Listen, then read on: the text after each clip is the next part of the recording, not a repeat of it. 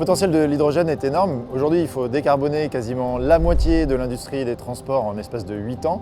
Et donc l'hydrogène a ce potentiel-là d'aller décarboner la mobilité lourde, les plus gros véhicules et aussi tout ce qui est industrie lourde, avec une synergie avec ceux qui font des éoliennes, avec ceux qui font des stations électriques. Et donc c'est vraiment un outil unique en Europe où on sera champion de l'hydrogène et exportateur des technologies et créateur d'emplois.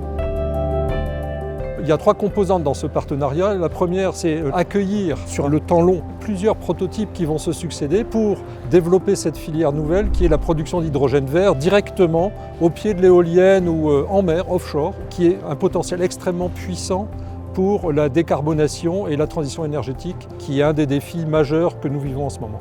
Le deuxième, c'est une réflexion sur l'organisation même de la construction des systèmes de production d'hydrogène offshore à partir d'une base portuaire qui est la nôtre. Et la troisième, c'est effectivement lorsque l'hydrogène aura été produit en mer, de quelle manière le rapatrier, l'emmener à terre, comment le stocker, le distribuer sur le système terrestre.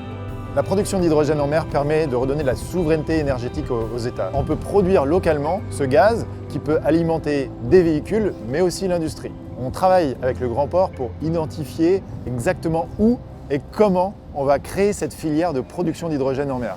C'est essentiel d'avoir cet outil et donc il faut travailler concrètement sur le terrain. Et c'est ce qu'on est en train de faire avec le Grand Port de Nantes-Saint-Nazaire.